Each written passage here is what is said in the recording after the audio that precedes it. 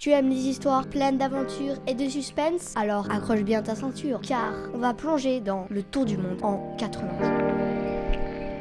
Le titre, Le tour du monde en 80 jours, l'auteur Jules Verne, illustrateur Deneville et Benet, éditeur Folio Junior, le genre un roman d'aventure, le lieu Londres et l'époque 19e siècle.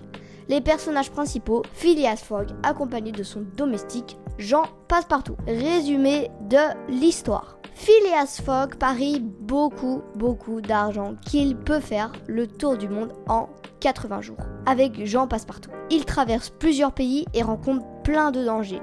Des bandits, des tempêtes et même un policier qui veut l'arrêter. Mais il ne perd jamais espoir et son voyage continue. Penses-tu qu'il va y arriver? Si tu veux savoir, lis le livre. Mon avis sur le livre. J'ai bien aimé ce livre car il y a des échecs et que il y a du suspense quoi. C'est pas tout le temps comme beaucoup de livres que j'ai lus où les personnages font que gagner. Par exemple, quand le policier voulait arrêter Phileas Fogg, il a eu un échec car il a raté son bateau pour le Japon et il a dû trouver des solutions. Et les solutions, elles étaient vraiment pas faciles.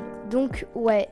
C'est vraiment un livre où il y a des échecs, mais qui trouvent des solutions, mais des solutions qui sont vraiment... par exemple, prendre un minuscule bateau à voile pour aller jusqu'au Japon. Voilà, ça c'est une des solutions qu'il a trouvées, mais je ne vais pas vous dire toutes les solutions parce que sinon vous n'aurez plus rien à découvrir quand vous lirez le livre. Un passage que j'ai bien aimé dans le tour du monde en 80 jours, c'est quand Phileas Fogg et Jean Passepartout se font attaquer par les Sioux. Jean Passepartout se fait capturer. Heureusement, Phileas Fogg ne l'abandonne pas et fait tout pour le sauver. Je trouve qu'on a vraiment peur pour eux. Penses-tu qu'ils vont arriver à faire le tour du monde en 80 jours malgré tous leurs échecs? Si tu veux savoir, lis le livre.